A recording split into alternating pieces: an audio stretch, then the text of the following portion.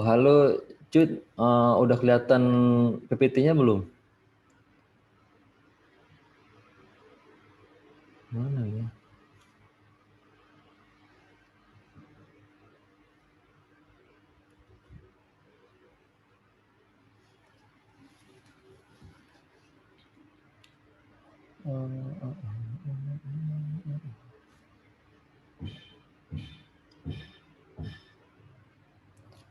Tes.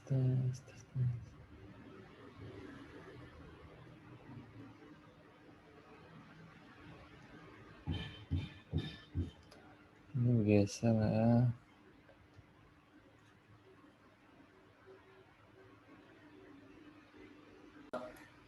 Coba tes bergeser apa enggaknya ya. Udah bergeser belum? Siap. Belum. Tunggu bentar, nah kan loading dia, maksudnya ke tempat lain kan. Udah bergeser belum nih? Belum. Munculnya apa di tempat kalian? Strategi kebijakan mitigasi Oh, perubahan ekosistem laut.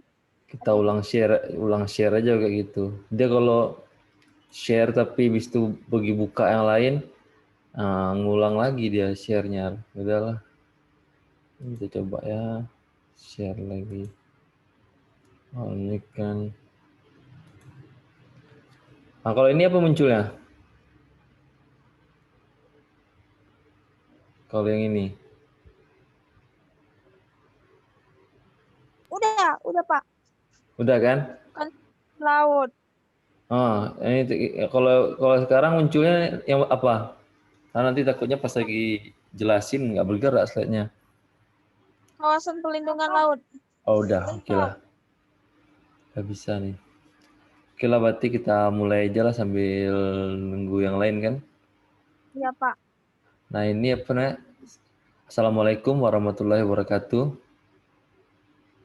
Waalaikumsalam warahmatullahi wabarakatuh. Hari ini kita kembali lagi dengan kuliah perubahan iklim dan ekosistem laut. Hari ini sudah materi ke-15 ya, berarti materi yang terakhir ya. Topiknya membahas strategi kebijakan mitigasi perubahan iklim di ekosistem laut. Nah, maksudnya di sini membahas kebijakan strategi yang tapi kemarin pernah kebijakan yang internasional kan. Sekarang kebijakan yang di nasional sama mitigasinya kan udah pernah. Waktu itu mitigasinya berupa adaptasi manusia kan. Sekarang mitigasinya tuh lebih ke kebijakan yang dibuat oleh pemerintah. Nah, sini contohnya kayak nanti ada marine protected area, ataupun ini bagaimana menentukan apa tuh, merumuskan kebijakan. Dia harus ada 3 parameter. Parameter ini alamnya, ini juga ekonominya, kemudian juga kondisi habitat perikanannya, baru nanti bisa dibuat suatu kebijakan.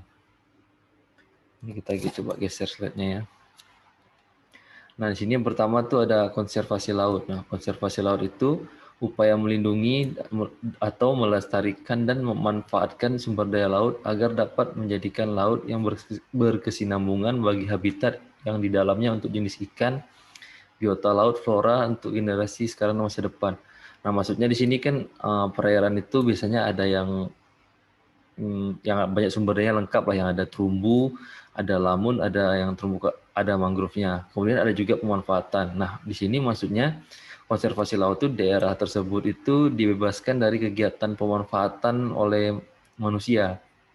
Jadi di situ mungkin kegiatan penangkapan ikannya agak berkurang ataupun nggak ada. Tapi nggak semua tempat, ada batasannya dia, misalkan sekitar 10 kilo ke ke ke laut lepas lah, ataupun lebarnya bisa jadi sekitar 3 kilometer, 4 kilometer. Nah, batasan itu nggak dibebaskan dari kegiatan penangkapan. Kemudian juga kalaupun ada wisatawan, jumlahnya masih harus dikontrol, ataupun tidak bisa mass tourism atau apa tuh,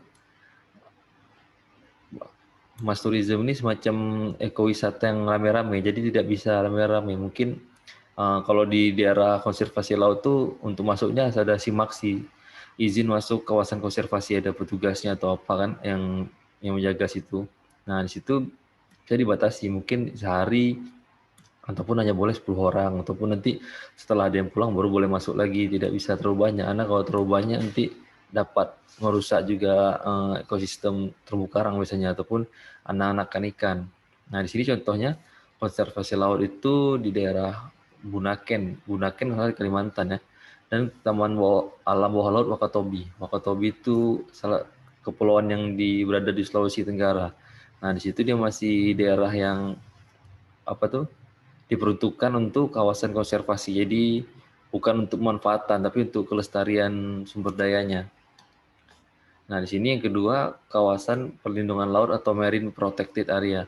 Kalau marine protected area itu udah ini skala pengelolaannya udah skala internasional lah. Tapi kalau yang tadi konservasi itu masih yang daerah.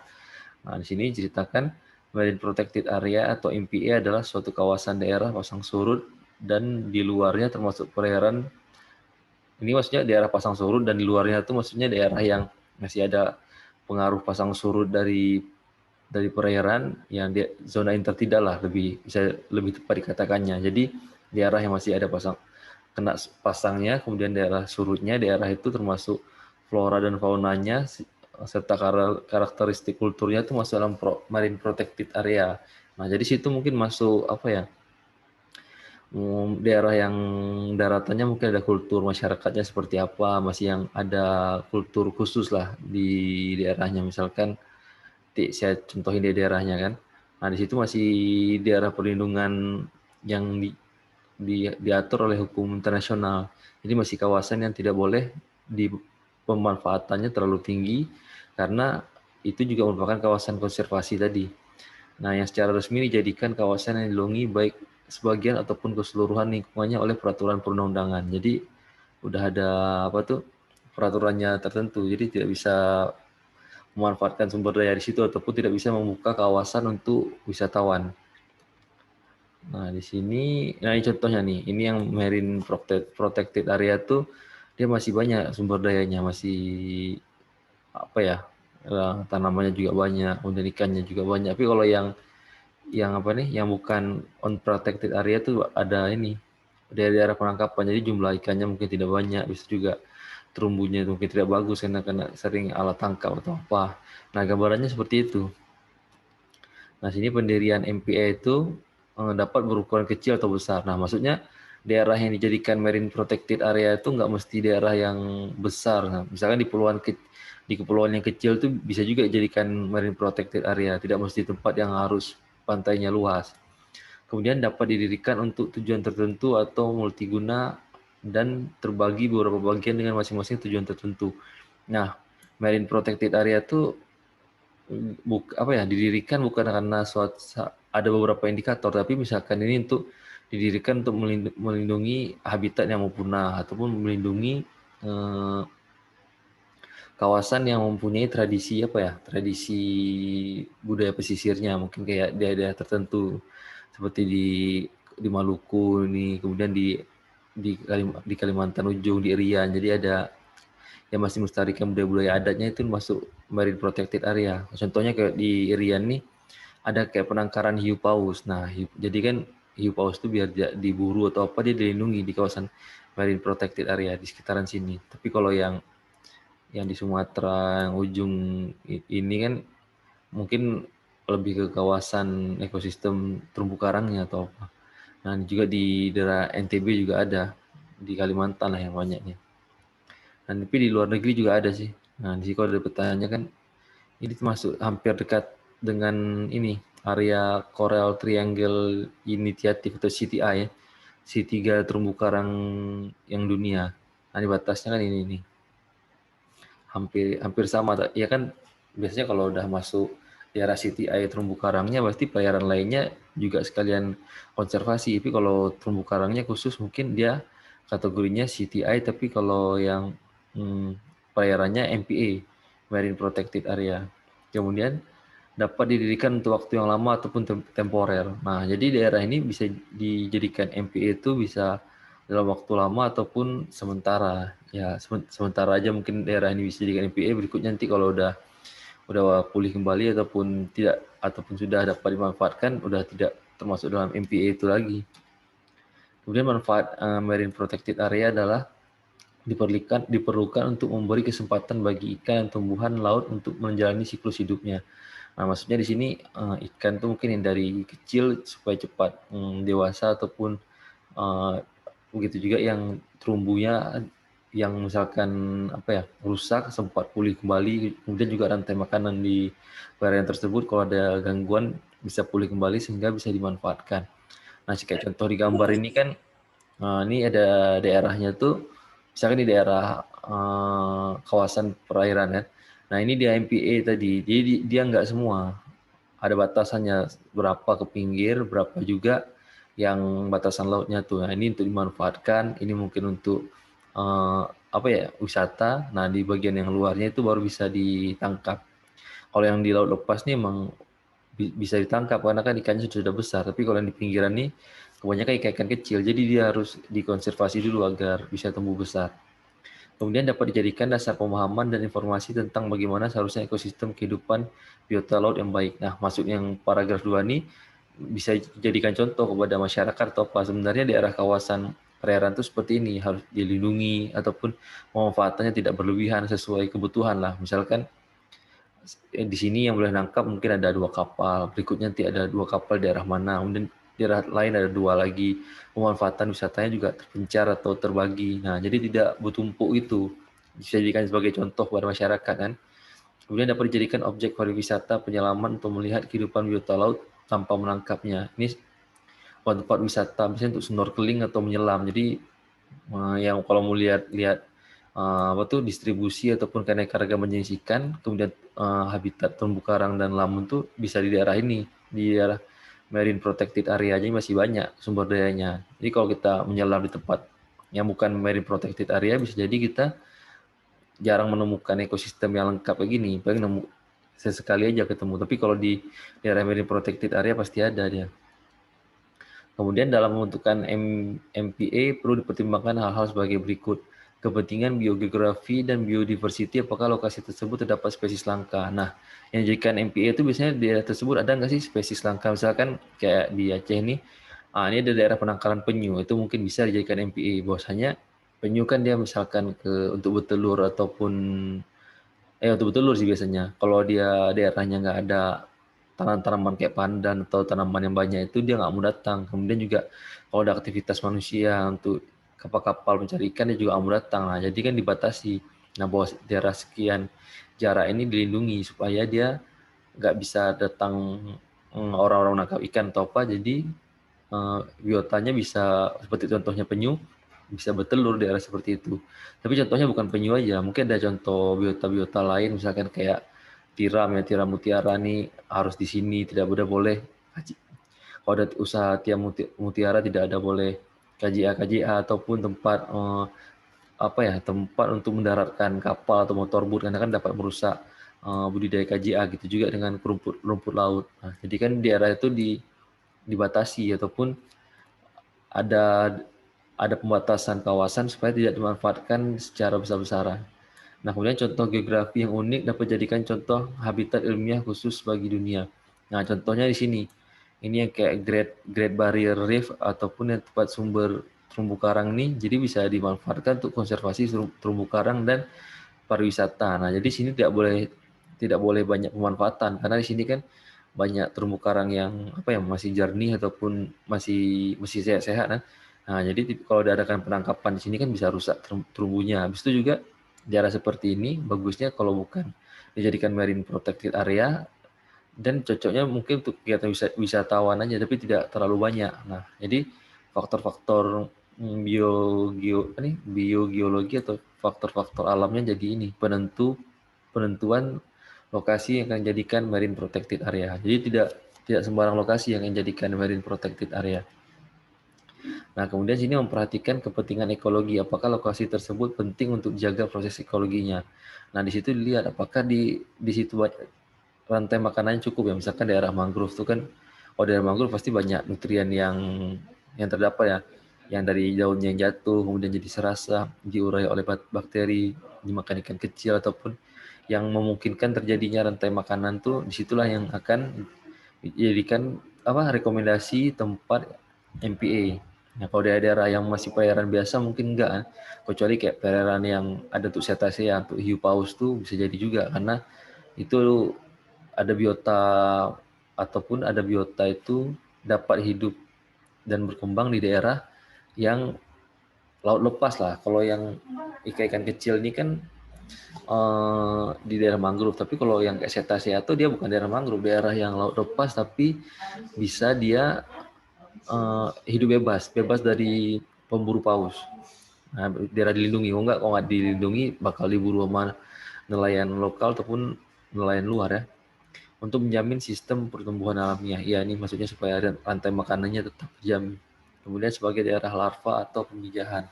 Nah, ini maksudnya daerah pemijahan nih, kayak ikan kecil lah lebih tepatnya.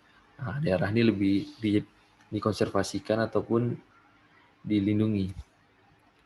Kemudian kepentingan ekonomis penting untuk kelanjutan lapangan kerja di laut. Nah, maksudnya di sini kan tadi kan dilindungi, tapi di sini diceritakan untuk pemanfaatan bagi nelayan atau bagi masyarakat. Nah, maksudnya itu kan pemanfaatannya bukan di tempat yang sama, tapi di tempat yang sampingnya atau sekitar. Jadi kalau ada daerah tadi sudah terlindungi oleh untuk MPI, untuk pembesaran ikan atau rantai makanan, nah penangkapannya mungkin jaraknya agak jauh di samping ataupun ke depan itu. Nah, disitulah dia mungkin pemanfaatan sumber dayanya.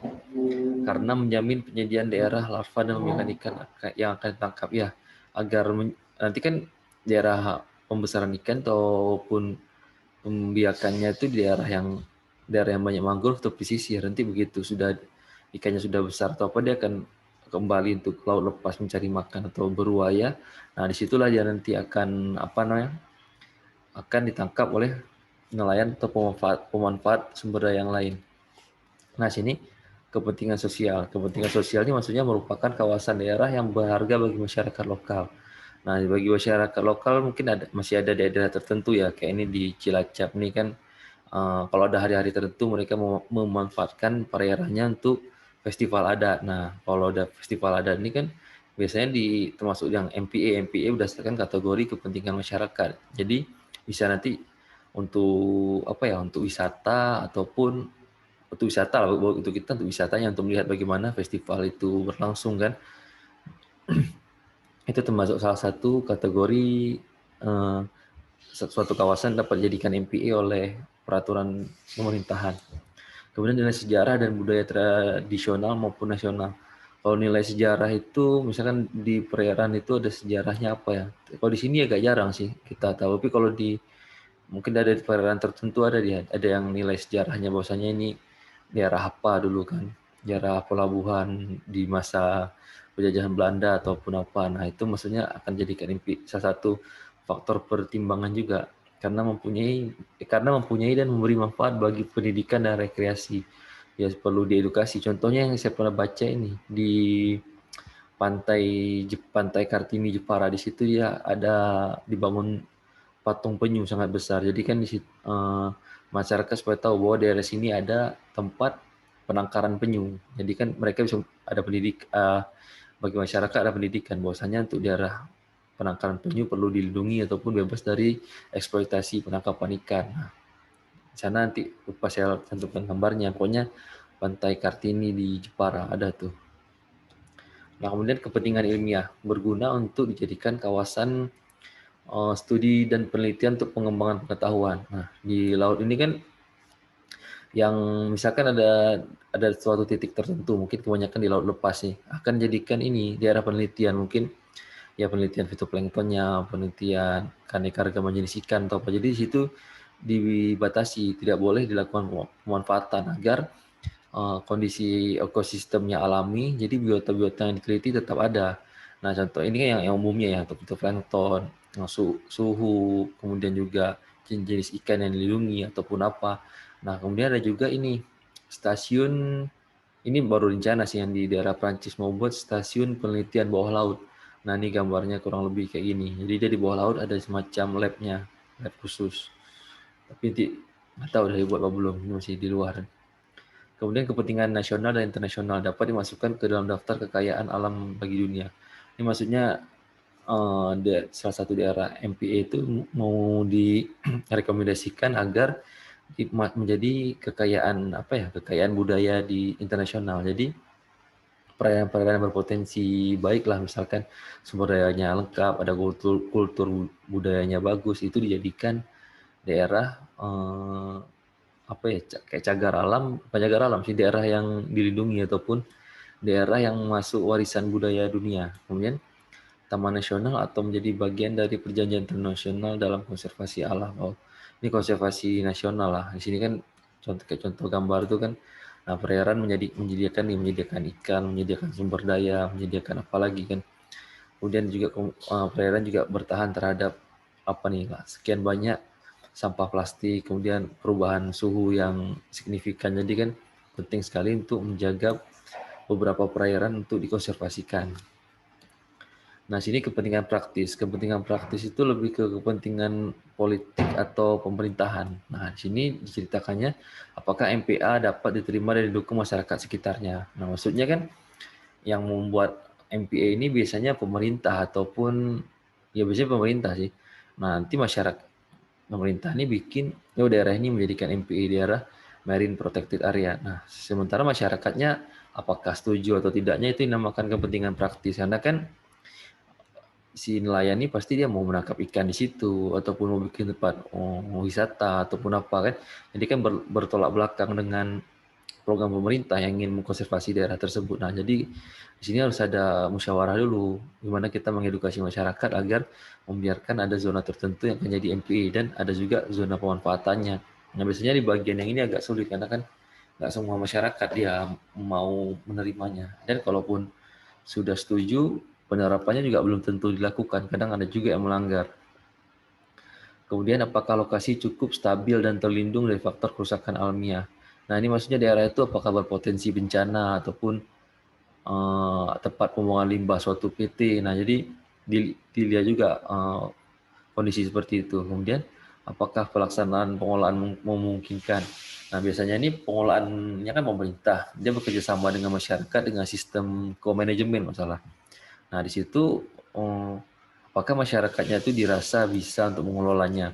Biasanya di suatu daerah itu kalau ada BUMDes ya, badan usaha milik desa ataupun masyarakatnya kooperatif itu akan dipertimbangkan untuk jadi MPA. Tapi kalau daerahnya masyarakatnya kayak kurang edukasi ataupun tidak mau mendengarkan aturan pemerintah, itu mungkin agak susah untuk dilakukan pengolahan. Jadi daerah tersebut agak diragukan untuk jadikan kawasan Marine Protected Area.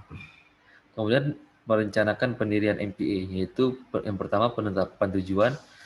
Perlu sekali untuk menetapkan secara berhati-hati tujuan mendirikan MPA, menyangkut kepentingan dan dukungan masyarakat sekitar. Nah, yang pertama itu memang yang saya bilang tadi, dukungan masyarakat. Kalau memang masyarakat nggak mendukung atau masyarakat nggak mau, ya sama aja. Karena kita daerah itu harus jaga ataupun harus dilestarikan. Yang kalau pemerintah kan nggak mungkin pantau setiap hari, ya pasti yang pantau itu masyarakat. Kalau masyarakat nggak setuju, agak susah juga. Kemudian tujuan ditetapkannya setelah mempertimbangkan berbagai faktor kepentingan menyangkut pendirian MPA. Nah, di sini dilihat dulu faktor-faktor apa saja yang kepentingan menyangkut pendirian MPA. Maksudnya, ini kepentingannya untuk melindungi spesies yang terpunah ataupun untuk daerah pariwisata ataupun apa. Dilihat dulu kepentingannya. Kalau kepentingannya dikit atau nggak ada, mungkin nggak dijadikan MPA. Tapi kalau kepentingannya banyak, nah itu bisa dijadikan kawasan Marine Protected Area. Kemudian, masyarakat perlu mengetahui dan memahami apa keuntungan manfaat MPA yang akan didirikan. Nah, sini salah satu faktor pentingnya untuk edukasi masyarakat ya, supaya mereka tahu apa sih pentingnya adanya MPA itu, kenapa nggak pengolahan seperti biasa aja. Di sini harus dijelaskan MPA ini fungsinya untuk ini. Nah, dengan banyak penjelasan kan jadi mereka lebih ini ya, lebih paham ataupun lebih ada kesadaran sendiri untuk menjaga kawasan itu untuk dijadikan marine protected area. Tapi kalau mereka edukasinya kurang, mereka nggak mau misalnya. Nah, ini nanti saya rapikan slide-nya, nanti saya taruh gambar nih agak kurang rapi. Tahapan proses pendirian MPA, pengumpulan informasi dasar. Mengetahui deskripsi sederhana tentang daerah MPA harus dibuat luasnya, kondisi fisik, biologi, serta ekologinya. Penelusuran informasi dilanjutkan untuk mengetahui hal-hal berikut. Nah, maksudnya di sini dia ada pengumpulan informasi awal semacam ada turun tim survei lah. Dilihat gimana sih luasnya, kondisinya, ekologinya, biotanya. Jadi kalau emang cocok baru dilakukan tahapan berikutnya. Nah, yang yang dicatat atau dilihat itu biasanya apakah terdapat karang, terumbu karang lah maksudnya, apa ada jenis ikan penting, arus gelombangnya kayak mana, kegiatan perikanannya itu kayak mana ya, apakah terlalu terlalu banyak orang menangkap ikan di situ ataupun terlalu banyak apa kapal penangkap ikan. Nah, jadi salah satu faktor penilaian kegiatan budidaya laut yang mengumpulkan juvenil. Nah, maksudnya nih budidaya yang ngumpulin anakan ikan, maksudnya kayak budidaya anakan lobster dan budidaya anakan kerapu. Kalau di situ ada usaha kayak gitu masyarakatnya itu agak susah karena kan mau dibuat marine protected area tapi masyarakatnya ngumpulin anakan kerapu atau anakan lobster.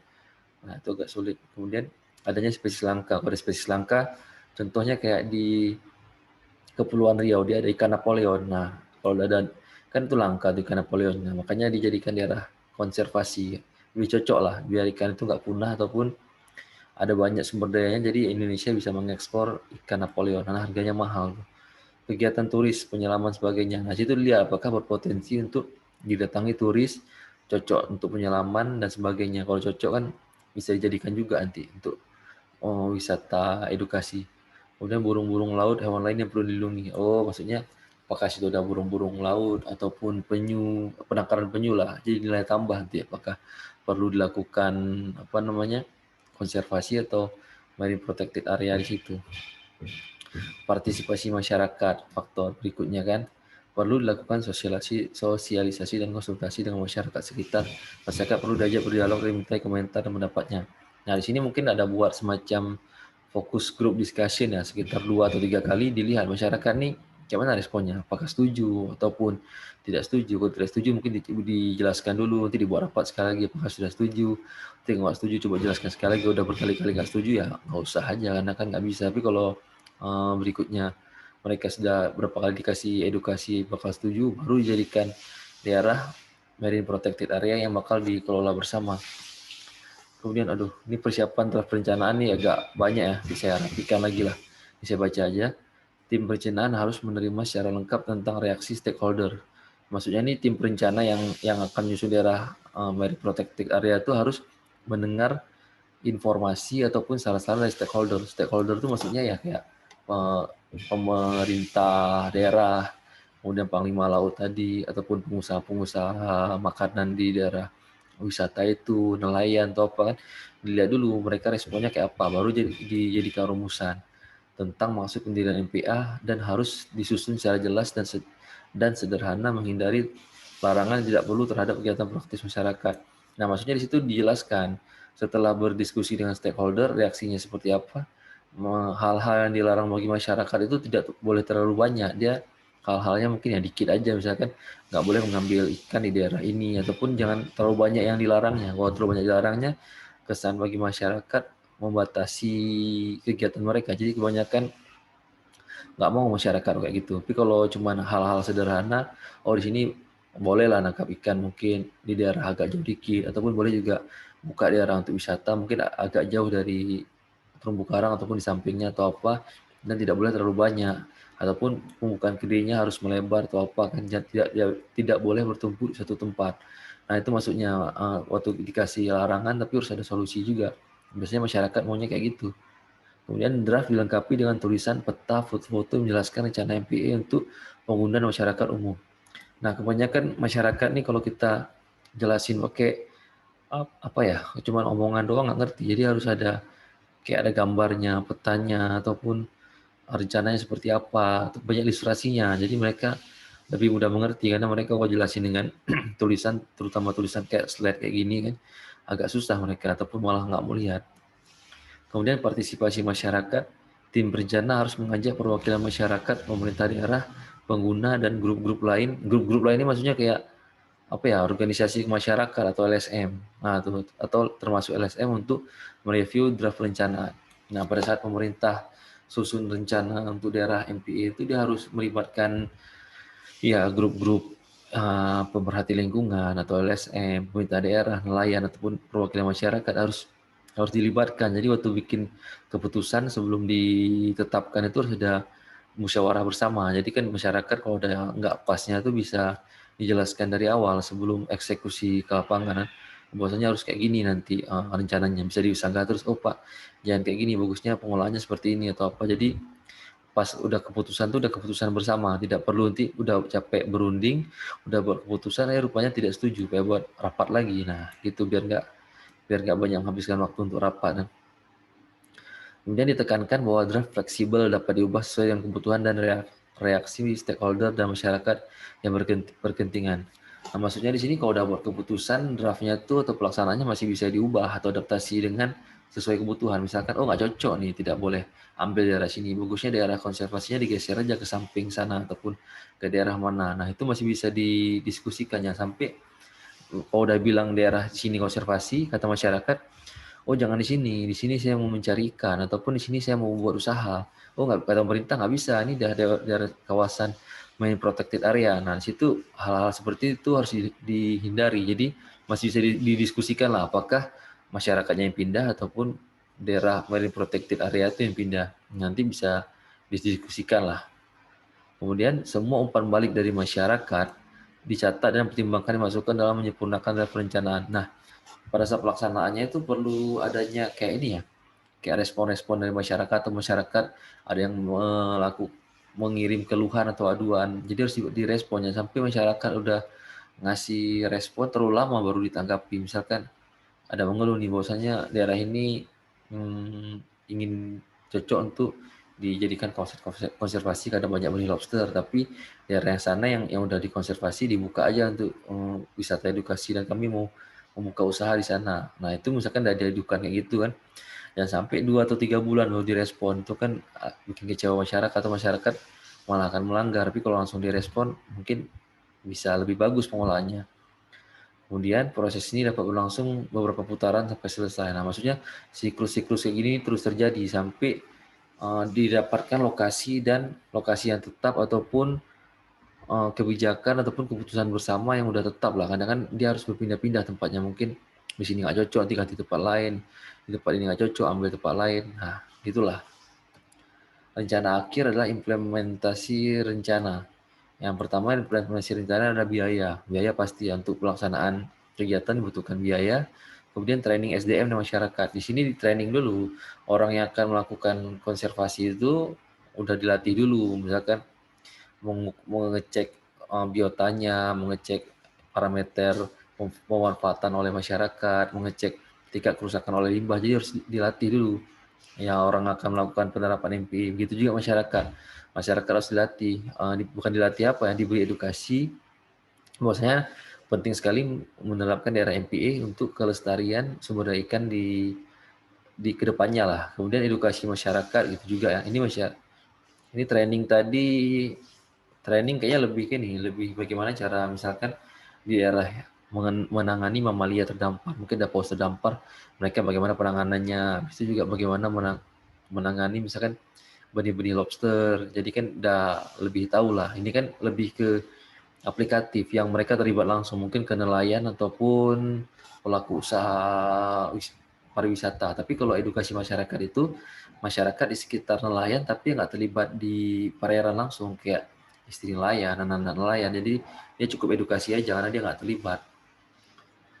Kemudian adanya monitor ya, kontrol dan apa tadi ini surveillance dan enforcement. Nah ini perlu ada survei, kemudian juga perlu ada pengawasan atau apa kan biar jangan tanpa pengawasan. Jadi kalau ada pengawasan, dikontrol, bisa dilihat terus bagaimana perkembangan sejauh mana daerah MPA ini.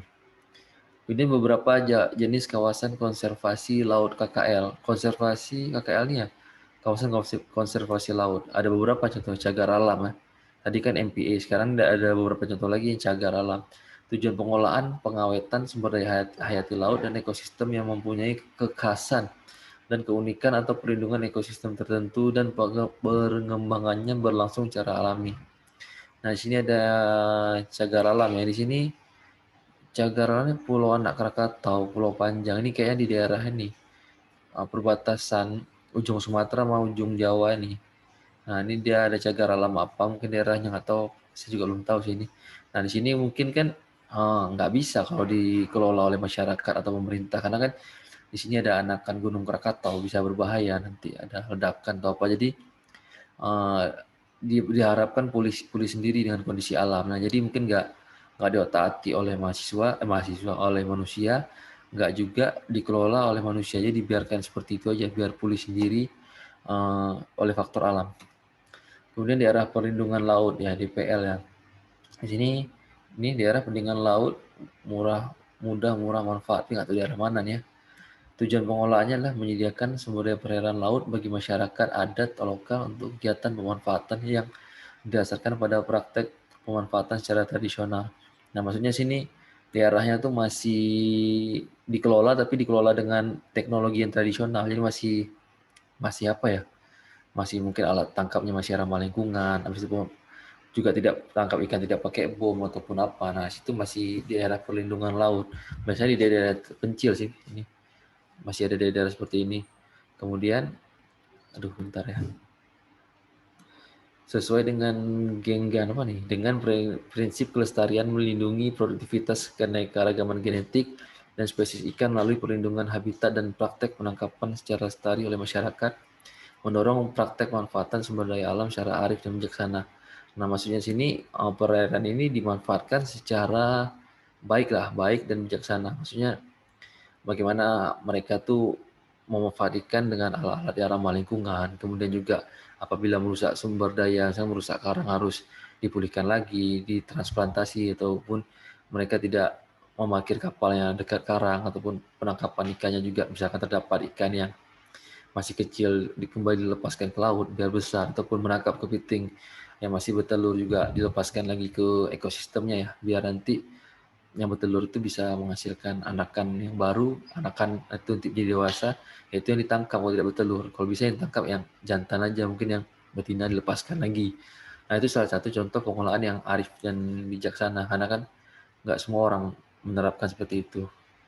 Kendala penetapan kawasan konservasi laut adalah penerapan KKL dianggap membatasi wilayah penangkapan. Iya, kan kayak saya bilang tadi, dia ada daerah yang dikhusus dijaga yang nggak boleh dimanfaatkan. Nah, bagi sebagian masyarakat itu kan apa yang membatasi area penangkapan mereka. Mereka nggak suka itu short term economic loss. Nah, apa yang mengakibatkan mereka apa ya awal-awal pelaksananya tuh ada ada penurunan pendapatan ya, awalnya pasti dengan pembatasan area penangkapan ya itu pendapatan mereka bakal berkurang. Nah, situ mereka nggak mau. Padahal kalau mereka tetap lakukan ke depannya juga kalau ikannya banyak mereka bisa bisa memanfaatkannya dan bisa mendapatkan penghasilan yang lebih. Nah, maksudnya ya berkorban dulu lah, nanti dapat yang banyak. Nah, sebagian masyarakat ini nggak mau. Kemudian KKL sebagai alat untuk memperbaiki pengolahan perikanan masih dianggap baru. Nah, karena kan kawasan konservasi laut ini baru, banyak yang belum tahu dan terlihat kayak ide-ide aneh ya. Sebagian masyarakat nggak mau tuh. Kemudian masyarakat masih menganggap sumber daya laut itu tidak akan habis. Nah, sebagian masyarakat ataupun dari kita juga ya, itu sumber daya ikan di laut itu nggak akan habis. Kayak ada lagu daerah tuh apa ya, ikan apa ya, yang bukan laut tapi kolam susu tuh yang ikan udang menghampiri dirimu tuh, maksudnya oh Pak kita nih ikan dan udang nih bakal datang Pak kita, intinya stoknya nggak bakal habis. Nah, sementara kan kalau di sini kalau nggak dikelola pasti bakal habis. Nah, itu dia tadi, maksudnya masih ada masyarakat yang menganggap seperti itu. Udah habis materinya. Oke deh, materi hari ini cukup sampai di sini. Jadi ini kan saya nggak absen ya, karena kan jumlahnya dikit, bisa tahu sih. Di sini paling nggak ya hadir siapa ya? Silham, siapa nih? Ahmad, Cut, Dewi, oh Firma ya. Ini paling nggak hadir si Ahmad, si Ilham sama si Firma, mungkin hilang koneksi atau apa. Jadi bisa bisa saya lihat aja sini. Apa tuh? Hmm, aduh. Ada yang ingin ditanyain nggak tentang materi ini ataupun materi-materi sebelumnya atau tentang kegiatan kampus atau apa? Ada yang mau ditanyakan? Oh, Firma di situ, di tempat si Listia. Sorry, saya tadi lihat ininya, lihat apa tuh? Lihat partisipan, nggak ada. Apanya dia Pak Listia? Karena kan kekurangan Zoom gitu dia. Kalau kita lihat partisipan, nggak ada nama dia, cuman dia tempat kawannya sama aja. Tapi itu termasuk hadir sih, karena dia kan dengar, dia pun memahami ya pasti Ada lah. Berarti si Ilham nih, nggak nampak. Ada yang lain kan nggak tahu saya Ilham nih berada di mana. Tapi kayaknya nggak mungkin join sama Ilham kalian. tuh abang letting ya? Ya, tadi abang liatin yang komen di grup tuh kan. Nah, Iya Pak, tapi kalau dia masuk. kalau kawan seangkatan kayak Firma Malisti ini masih mungkin dia berbarengan karena kan seangkatan lah. Oh pasti tempatnya sama. Tapi kalau abang letting jarang dia sama junior, pasti join zoomnya tempat sendiri. Kebetulan lagi nggak ada. Ini ada yang tanyain nggak nih lo? Pertanyaan ada yang bingung lah ataupun ada yang belum paham ataupun apa atau paham semua karena dikit kan yang masuknya ya nggak ribut ya, lebih cepat paham. Habis itu juga nanti bakal baca slide-nya. Ini kan slide-nya kurang rapi nih, masih slide waktu itu. Nantilah habis saya rapiin nanti kok saya kabar sih. Emang kalau belum saya rapiin nggak akan saya upload dulu. Nanti kalau udah rapi baru saya upload. Kecuali kalau video kan nggak diedit, dia langsung upload aja. Kalau materi yang di video sih sama aja sih, mau slide-nya nggak bagus tapi penyampaian sama, cuman slide-nya tuh harusnya bisa lebih rapi lagi. Gimana nih, ada yang tanyain nggak nih? Dewi gimana Dewi? Ada yang tanyain nggak? Dewi sama si Cut ada yang mau Nggak tanyain? ada, Pak. Cut Nggak nggak ada, ada ya? Pak. Cut nggak ada. Dewi gimana? Ada yang mau tanyain nggak? Dewi, Apni? Nggak ada, Nggak Pak. ada. Pak, kami satu Zoom berdua. HP Firman Apa? udah mati. Siapa tuh? Oh siapa mau mati? Gitu ya. Listi sama Firman ada mau tanyain nggak? Nggak ada Pak. Oh nggak ada. Listi ada? Nggak ada. Nggak ada ya. Berarti kalau tadi saya nggak dengar tadi pas Dewi maaf nih ngomong, si Firma ngomong juga. Jadi kan nggak dengar Pak, saya. Dewi ada nggak? Ada mau tanyain nggak Dewi? Atau Afni ada yang tanyain? Ahmad? Nggak, Pak. Afni nggak ada. Afni nggak. Dewi sama Ahmad yang mana? Ya Pak. Apa? Nggak Ada ada. nggak Ahmad? Oh nggak ada. Tinggal Dewi nih. Kayak mana nih Wi? Mana si Dewi nih? Pak, minggu depan kita udah ujian, Pak. Apa? Minggu depan kita ujian. Kita kan udah pertemuan 15 ini ya.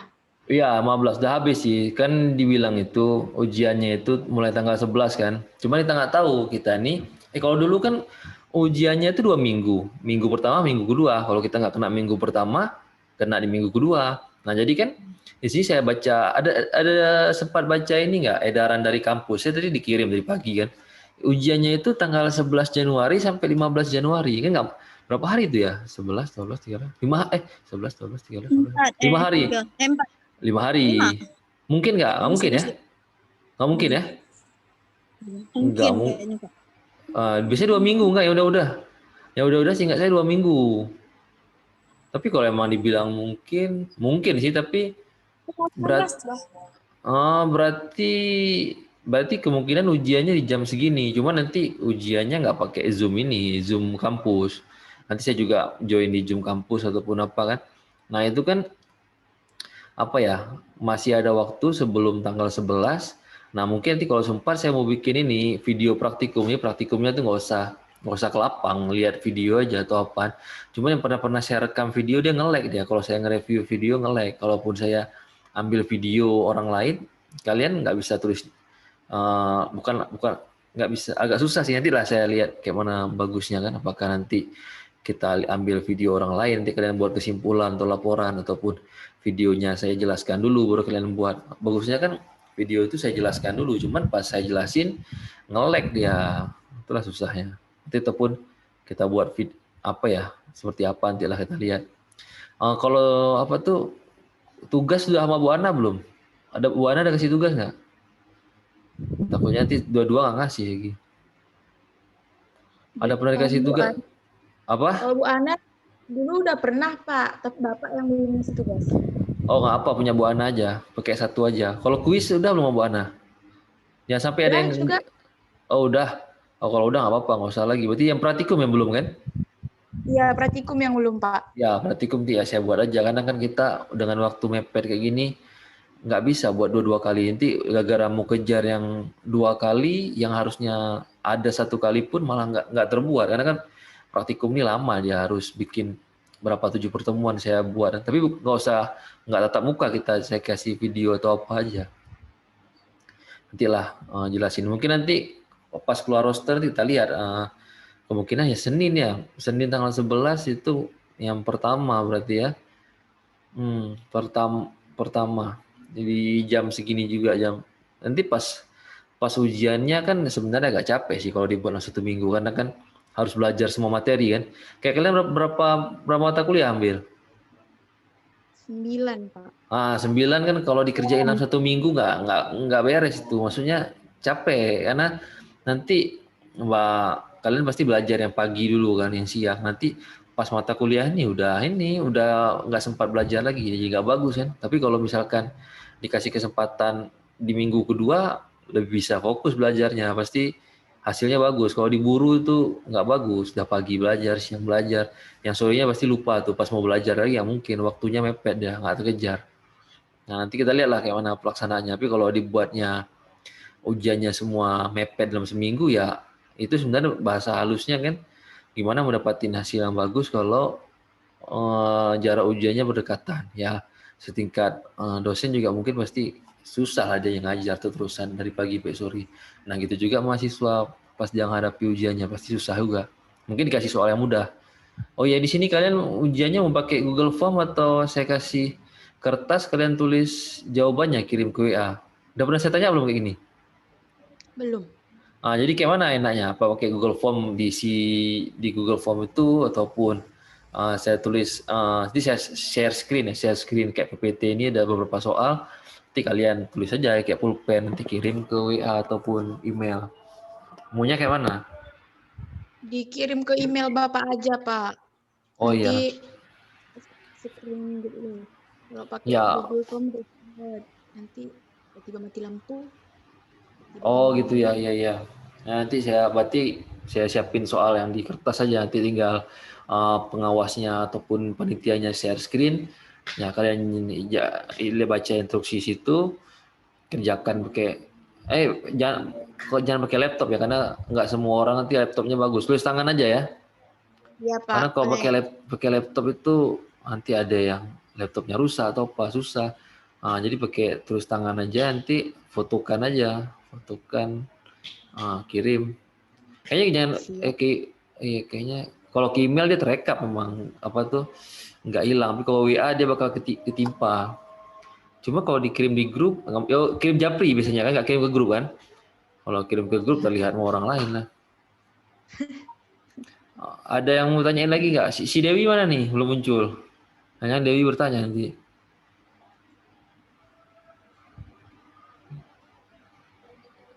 Mana Dewi? Nggak ada, Pak. Tadi Itu dia izin karena mandi, Pak.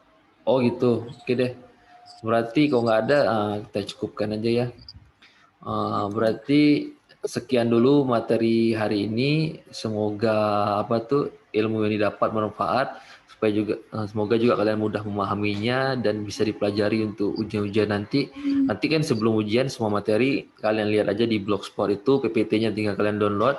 Nanti kalau nggak paham tinggal putar-putar aja videonya, di situ kan ada penjelasannya kan. Kalau putar-putar video kan lebih jelas ya jawabannya seperti apa ataupun apa kan. Oke, saya juga mohon maaf kalau ada kesalahan. Sekian dari saya. Assalamualaikum warahmatullahi wabarakatuh. Waalaikumsalam warahmatullahi wabarakatuh. Oh enggak, si Lesti ke PKL.